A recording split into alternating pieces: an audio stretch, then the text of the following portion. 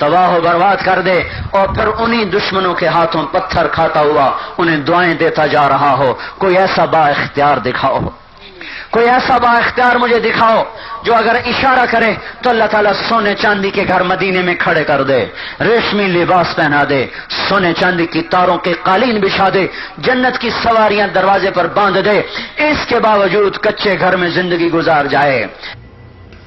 ارے اگر نبی با اختیار ہوتے مولانا، اپنے چچا ابو طالب کو کفر پہ کیوں مرنے دیتے؟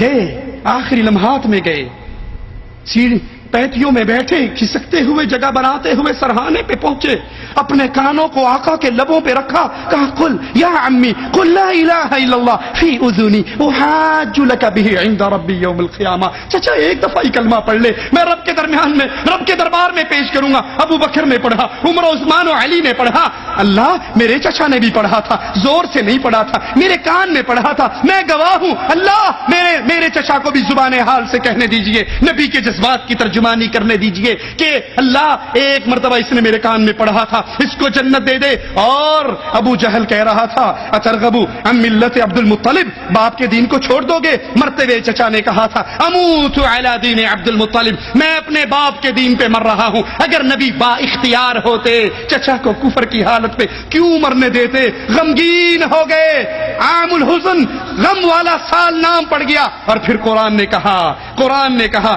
آواز لگائی انک لا تہدی من احببت، اے نبی جس سے آپ محبت کرو اس کو ایمان کی دولت نہیں دے سکتے، ولکن اللہ یہدی من یشاء، اللہ جس کو چاہے ہدایت دے دے۔ کیوں؟